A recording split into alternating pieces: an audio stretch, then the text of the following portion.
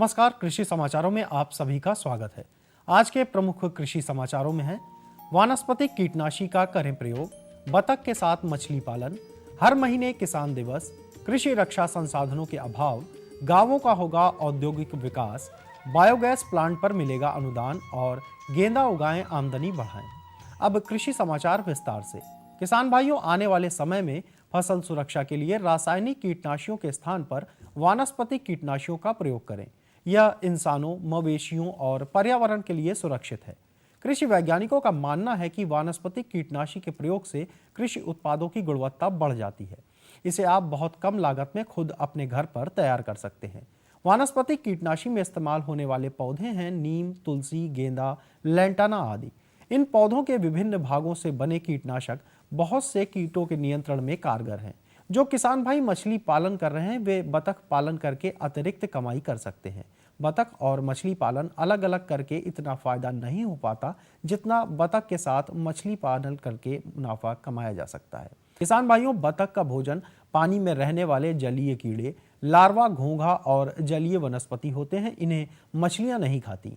किसान भाइयों, उत्तर प्रदेश सरकार ने हर महीने के तीसरे बुधवार को किसान दिवस के रूप में मनाने का निर्णय लिया है।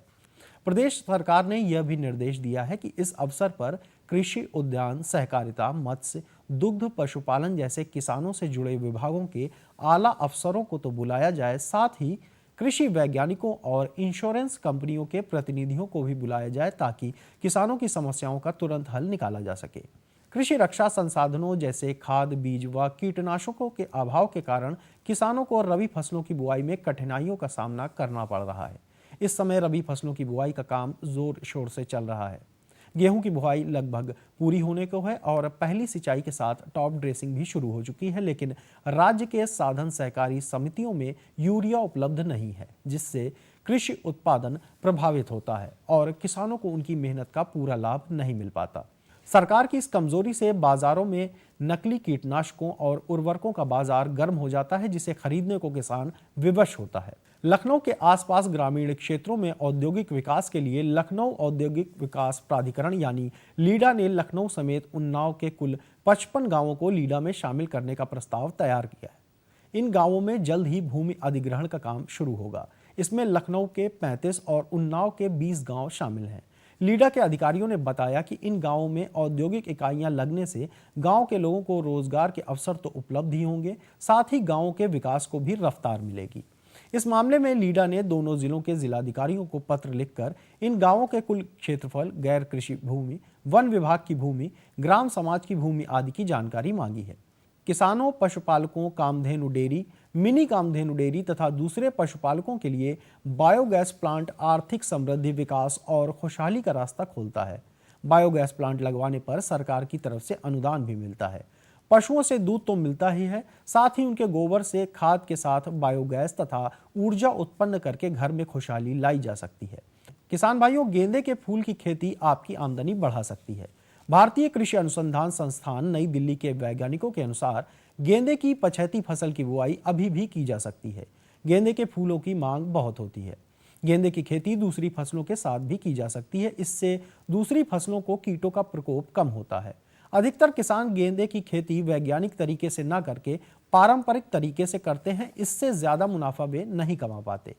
इसलिए गेंदे के फूलों की खेती करने वाले किसानों को सलाह दी जाती है कि वे वैज्ञानिक तरीके से खेती करें और अधिक मुनाफा कमाएं। किसान भाइयों, ये थे आज के कुछ प्रमुख कृषि समाचार। अब आइए जानकारी लेते हैं खेती बाड़ी की कुछ समसामयिक बातों की। किसान भाइयों, विलंब से गेहूं की बुआई 25 दिसंबर तक पूरी कर लें। किसान भाइयों, जौ की विलंब से बुआई इस माह के दूसरे पखवाड़े तक पूरी कर लें। दलहनी फसलों जैसे चना, मटर, मसूर की समय से बोई गई फसलों में खरपतवार नियंत्रण करें। समय से बोई गई सरसों की फसल में विरलीकरण अवश्य करें। बुआई के 35 से 40 दिन बाद सिंचाई अवश्य करें। शरतकालीन गन्ना में आवश्यकता अनुसार सिंचाई करते रहें। इससे गन्ना सूखने नहीं पाएगा और वजनी बनेगा। किसान भाइयों, फसलों को पाले या शीतलहरी से बचाव के लिए हल्की सिंचाई करें और शाम के समय खेत की मेड़ों पर घास फूस जलाकर धुआं करें। अपने पशुओं को ठंड से बचाएं। उन्हें हरे चारे के साथ पर्याप्त मात्रा में दाना भी दें। खुरपका तथा मुंहपका रोग से बचाव के लिए टीका जरूर लगवाएं। लीवर फ्लूक से रोकथाम के लिए कृमिनाशक दवा पिलाएं। किसान भाइयों, खेतीबाड़ी की इन समसामयिक जानकारियों के बाद आइए अब जानकारी लेते हैं कुछ प्रमुख मंडियों के ताजा औसत मंडी भावों की।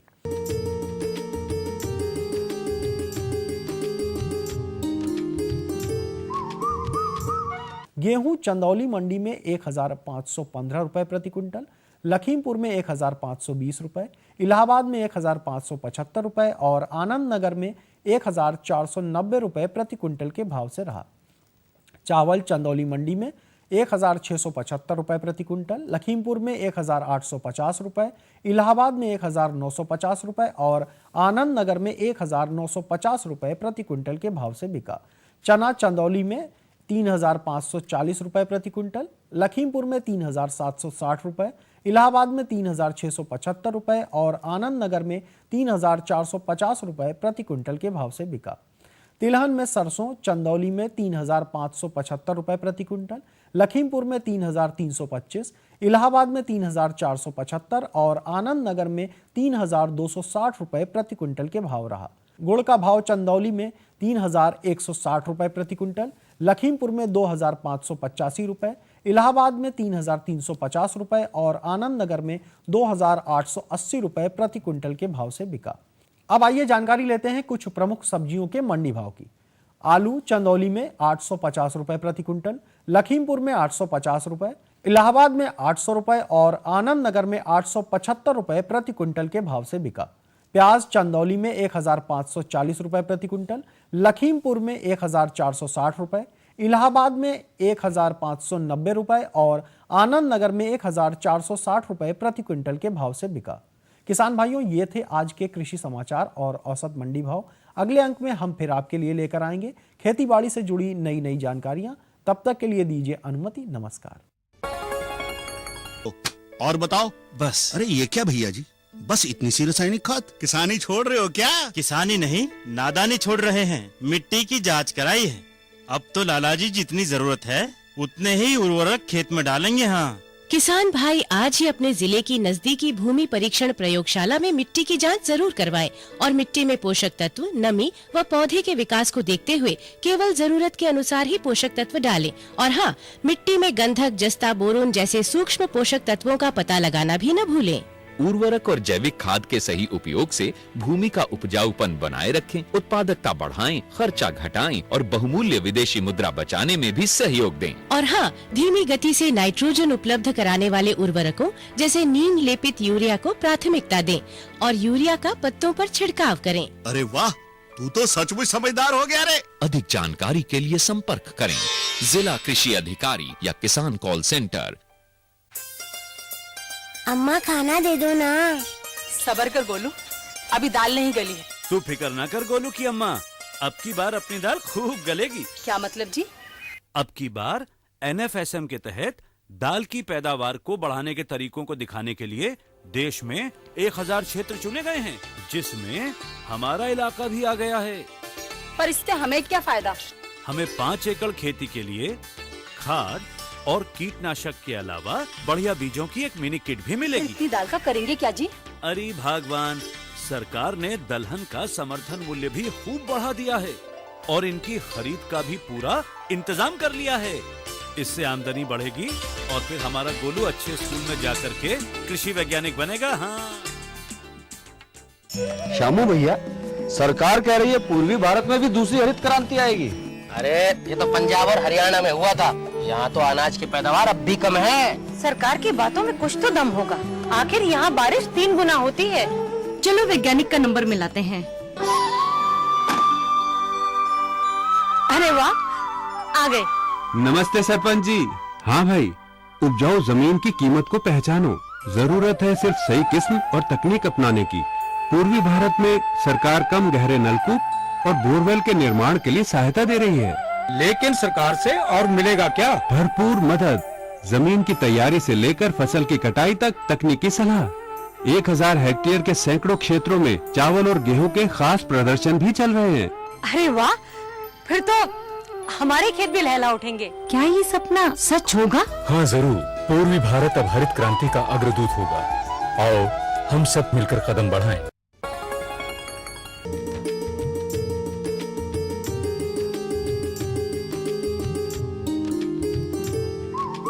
कृषि समाचार के बाद कृषि दर्शन के सजीव फोन इन कार्यक्रम में आप सभी का स्वागत है।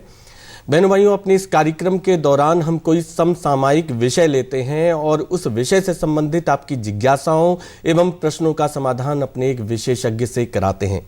तो आज के हमारे सजीव फोन इन कार्यक्रम का विषय है फल एवं सब्जियों में रासायनिक अवशेष समाप्त कैसे करें, और इस विषय पर जानकारी देने के लिए आज हमारे बीच में उपस्थित हैं बहराइच के जिला कृषि रक्षा अधिकारी डॉक्टर संजय कुमार त्रिपाठी जी। डॉक्टर साहब, आपका स्वागत है। बहनों भाइयों, इससे पहले कि हम डॉक्टर साहब से जानकारी प्राप्त करें, हम आपको बता दें कि हमारी सभी फोन लाइनें खुल चुकी हैं। आप सीधे प्रश्न हमारे डॉक्टर साहब से कर सकते हैं और इसके लिए आप हमारे फ़ोन नंबर नोट करें। हमारे फ़ोन नंबर है 0522-22-88698। दूसरा फ़ोन नंबर है 0522-22-05756 और एक टोल फ्री नंबर भी नोट कर लें 1800-180-5233। बहनों भाइयों, जब भी आप हमें फ़ोन करें तो अपनी टीवी की आवाज़ जरूर धीमी कर लें ताकि आपकी आवाज़ हम तक स्पष्ट रूप से पहुंच सके। तो आइए रुख करते हैं अपने विषय की ओर और जानकारी प्राप्त करते हैं फल एवं सब्जियों में रासायनिक अवशेष समाप्त कैसे करें। डॉक्टर साहब, सबसे पहले हम ये जानना चाहते हैं कि ये रासायनिक अवशेष का अभिप्राय क्या है और फल एवं सब्जियों में रासायनिक अवशेष रह क्यों जाते हैं? देखिए, जहाँ तक रासायनिक अवशेष से अभिप्राय की बात है, रासायनिक कीटनाशकों का जो प्रयोग हमारे किसान भाई अपने फलों और सब्जियों को पैदा करने में करते हैं, उनको कीड़ों और बीमारियों से अपनी फसल को बचाने के लिए जो भी रासायनिक कीटनाशकों का प्रयोग करते हैं, उनको ये नहीं पता कि हम कितनी मात्रा में और किस रेशियो में, हम किस अनुपात में हम कीटनाशक रसायनों का प्रयोग करें।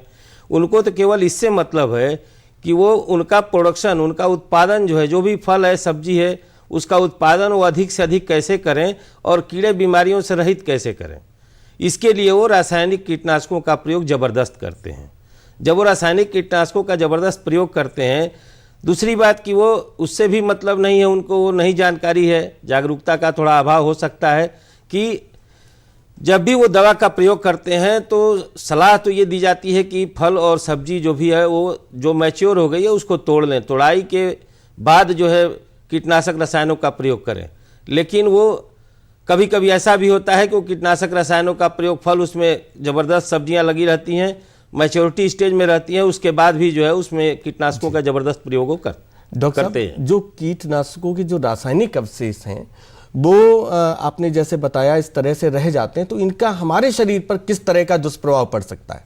देखिए, हम अपने घरों में आप देखें, उदाहरण के तौर पे तो जब भी हम फल और सब्जी खरीद के ले जाते हैं। डॉक्टर साहब, इस प्रश्न का उत्तर तो हम आपसे जानेंगे ही। हमारे एक दर्शक हरदोई से फोन लाइन पर हैं। हेलो जी। हेलो, नमस्कार जी। जी नमस्कार, क्या जानना चाहते हैं आप?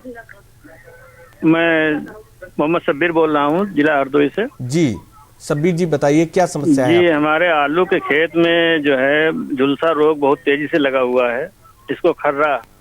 जी तो सर उसके लिए क्या उपाय किया जाए? देखिए, आपके आलू के खेत में झुलसा खर्रा लगा हुआ है तो आप इस समय उसमें जो है मैंकोजेब डाल दीजिए। मैंकोजेब और स्टेप्टोसाइक्लिन, जो स्टेप्टोमाइसिन सल्फेट, ये मिला करके डाल दीजिए। 800 ग्राम मात्रा जो है लगेगी 1 एकड़ खेत के लिए। लेकिन निर्धारित मात्रा ही डालें और उसका सही विधि से 800 ग्राम मात्रा का जो है 200 लीटर पानी में घोल बनाइए और 1.6 ग्राम की स्टेप्टोमाइसिन सल्फेट लीजिए। दोनों को मिक्स करके, दोनों अलग अलग मिक्स करिएगा जी, और घोल बना करके अपने खेत में प्रयोग कर डालिए। 15-15 दिन के बाद जो है 3 बार डालिएगा जी, तो आपकी फसल में जो है झुलसा नहीं लगेगी। लेकिन डॉक्टर साहब, रासायनिक अवशेष ना रह जाएं उसके लिए ये क्या करें?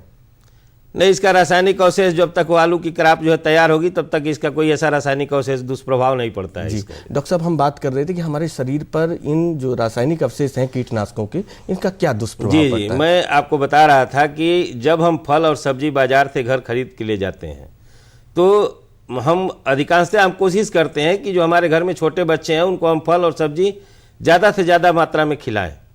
हमारे हर घर में जो है हर आदमी ये कोशिश करता है। तो हम ये, जैसे बच्चे का जो शरीर है वो अभी उतना जो है टॉलरेट नहीं कर पाता, इस चीज़ को हम समझते नहीं हैं कि जो बाजार से हम सब्जियां और फल खरीद करके ले गए हैं उसमें जहरीले रसायनों का जो अवशेष है ये बहुत भारी मात्रा में है और हम अधिकांश जो है अपने कोशिश करते हैं कि अपने छोटे छोटे बच्चों को खिलाएं, जिससे कि वो हिष्ट पुष्ट होंगे और उनमें जो है न्यूट्रिशियस वैल्यू जब मिलेगी तो उनका शरीर स्वस्थ रहेगा, वृद्धि अच्छी लेकिन होगी। इसके ठीक विपरीत जब चूंकि उनके शरीर के सारे बॉडी पार्ट्स जो है अभी बॉडी ऑर्गन्स जो है बहुत ही मुलायम और कोमल हैं, और ऐसे में क्या होता है कि पता चलेगा कि हम जो है उनको अच्छे से अच्छे स्वास्थ्य वर्धन के लिए दे रहे हैं, और उसका दुष्प्रभाव ये है कि आए दिन ज़्यादा दिनों के अंतराल के बाद जो है देखते हैं कि उस शरीर में जो है तमाम तरीके की व्याधियाँ होती हैं, तमाम तरीके की रोग व्याधियाँ जो पकड़ती हैं, उससे जो है फिर हम डॉक्टर के यहाँ जाना शुरू करते हैं और दिखाते हैं।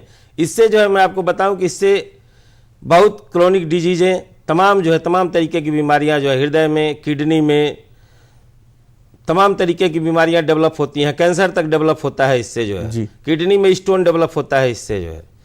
तो जो ये बीमारियां डेवलप होती हैं धीरे धीरे जो पेस्टिसाइडल रेजिड्यू की बात हम कर रहे हैं, बार बार अवशेष की बात कर रहे हैं, ये अवशेष जो है धीरे धीरे इन फलों और सब्जियों के थ्रू जो है हमारे शरीर में जाता है और छोटे छोटे पार्टिकल्स के रूप में जा करके और जब इकट्ठा होता है तो ये जाता है तो पता चला किडनी में जो है स्टोन हो गया था।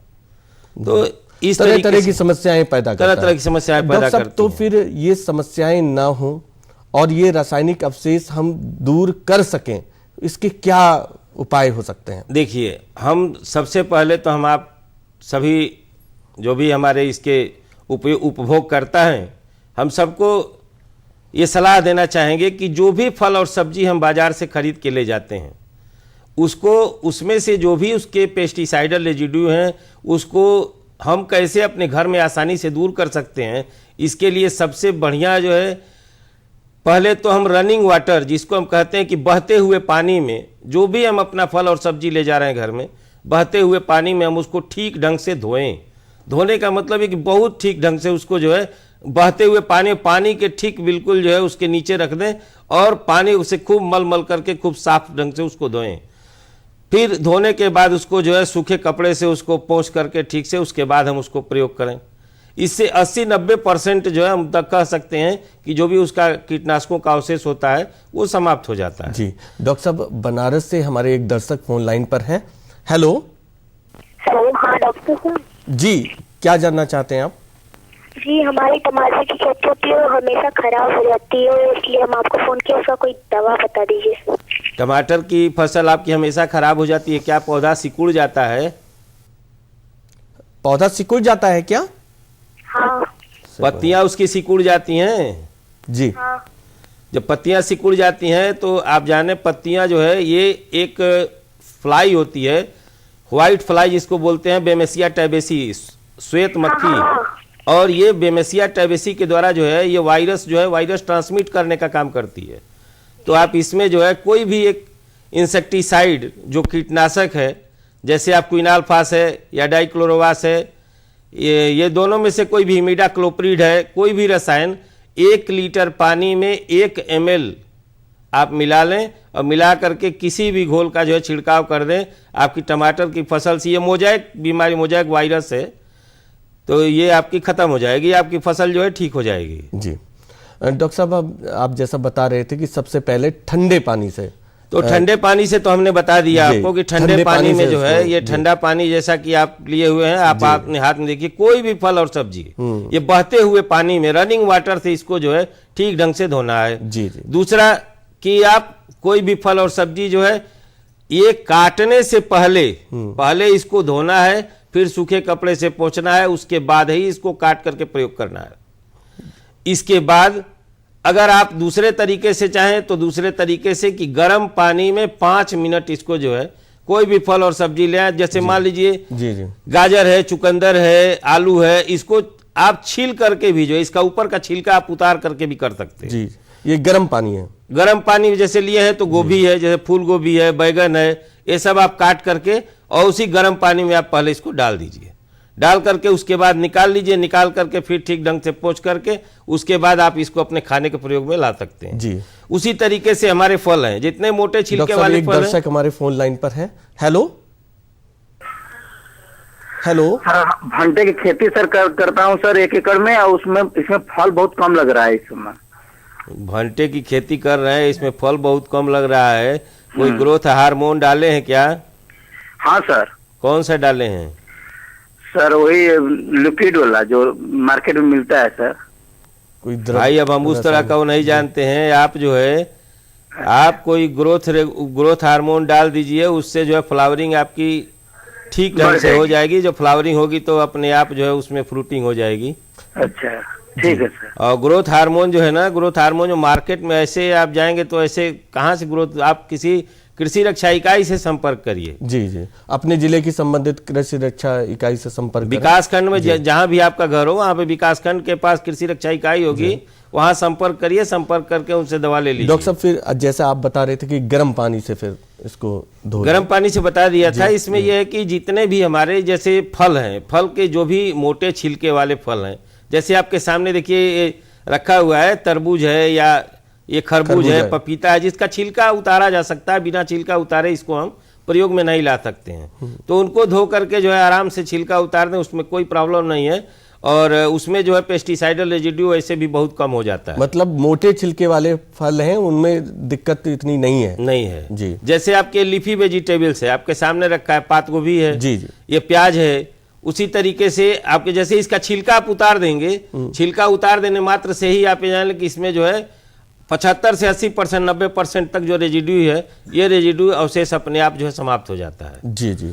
और उसमें जो पालक है, अच्छा डॉक्टर साहब, जैसे ये पत्ता गोभी, तो इसके ऊपर के पत्ता गोभी के ऊपर का जो पत्ता है ना, दीजिए इसको जी, ये जैसे ऊपर का पत्ता है जी, आपने इसको ऐसे हटा दिया जी, तो ये एक परत, इधर से दूसरा परत, ऐसे आप 2-3 परत इसकी हटा देंगे तो आप ये निश्चिंत हो जाए कि इसमें जो पेस्टिसाइडल रेजिड्यू है, ये रेजिड्यू की मात्रा अपने आप जो है इसकी कम हो जाएगी। उसके बाद इसको ठंडे पानी से खूब ठीक ढंग से धो लीजिए। धो करके उसको पोंछ के उसके बाद इसको काट करके आप खाने में प्रयोग कर सकते हैं।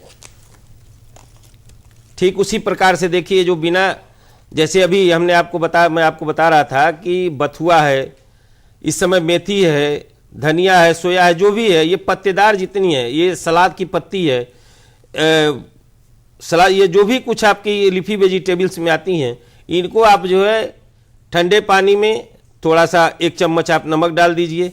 और नमक डाल करके उसको आप जैसे आप लाए हैं, एक तो आप उसको पहले धोइए, धोने के बाद आप उसको जो है किसी बड़े बर्तन में पूरा पानी भर करके उसमें आप डाल दीजिए और उसमें जो है 1 चम्मच नमक और 1 चम्मच हल्दी। कितनी देर रखना है डॉक्टर साहब? आप 10 मिनट तक उसको छोड़ दीजिए जी। 10 मिनट तक उसको आप छोड़ दीजिए। 10 मिनट, आधे घंटे तक छोड़िए, आधे घंटे तक छोड़ दीजिए। अपने आप जो उसमें जो भी उसकी पेस्टिसाइडल रेजिड्यू होगी वो अपने आप उसमें से खत्म हो जाएगी। डॉक्टर साहब, एक दर्शक हमारे बनारस से फोन लाइन पर है।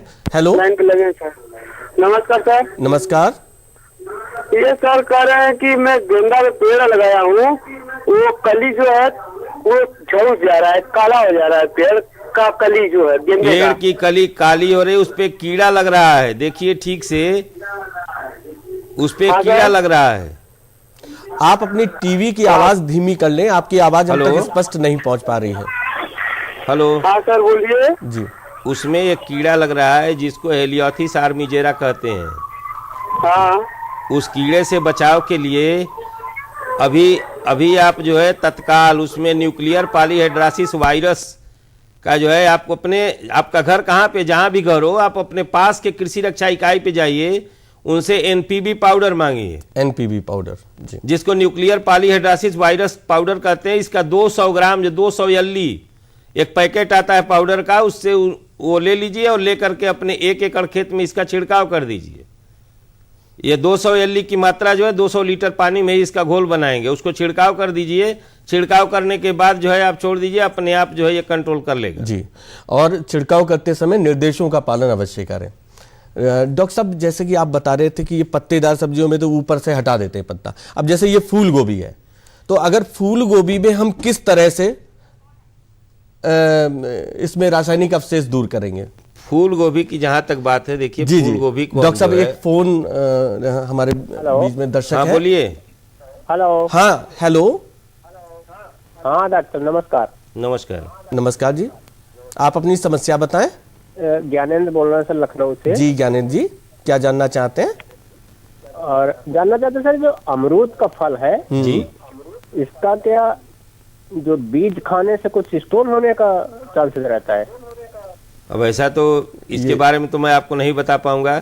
ये तो चिकित्सक अच्छी तरह से बता सकते हैं। कोई डॉक्टर साहब ही बता सकते हैं जो ह्यूमन जी, मेडिसिन के बारे में, ह्यूमन हेल्थ के बारे में जानते हो।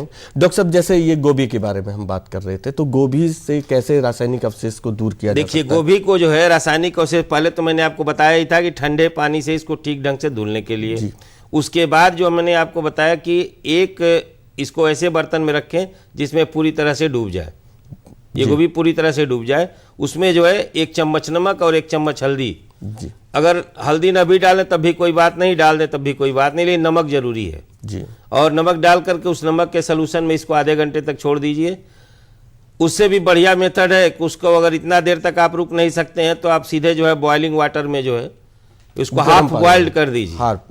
जी जी, हाफ 5 मिनट तक आप इसको रखिए बॉइल्ड वाटर में, गर्म पानी में, ये अपने आप जो भी इसमें होगा सब उसके अवशेष। डॉक्टर साहब, ये गर्म पानी में रखने से कभी कभी हमारा ये विचार भी आता है कि इसमें पोषक तत्व नष्ट हो जाते हैं, तो क्या ये सत्य है? नहीं, ऐसा कुछ नहीं है, पोषक तत्व नष्ट नहीं, ऐसा कुछ नहीं है। जी जी, इसके पोषक तत्व काहे नष्ट हो जाएंगे? गर्म पानी में डालने से पोषक तत्व नष्ट नहीं होते। जी जी, हम तो आपको केवल 5 मिनट रखने की बात कर रहे हैं। जी डॉक्टर साहब, आपने इतनी उपयोगी जानकारी हमारे बहन भाइयों को दी, इसके लिए आपको बहुत बहुत धन्यवाद। बहनों भाइयों, जैसा कि डॉक्टर साहब ने बताया कि फल एवं सब्जियों में रासायनिक जो अवशेष हैं कैसे समाप्त करें, डॉक्टर साहब ने जो बातें बताई उस पर आप अमल करेंगे तो निश्चित रूप से लाभान्वित होंगे। अब हमारे कार्यक्रम का समय समाप्त होता है, हमें अनुमति दीजिए। नमस्कार।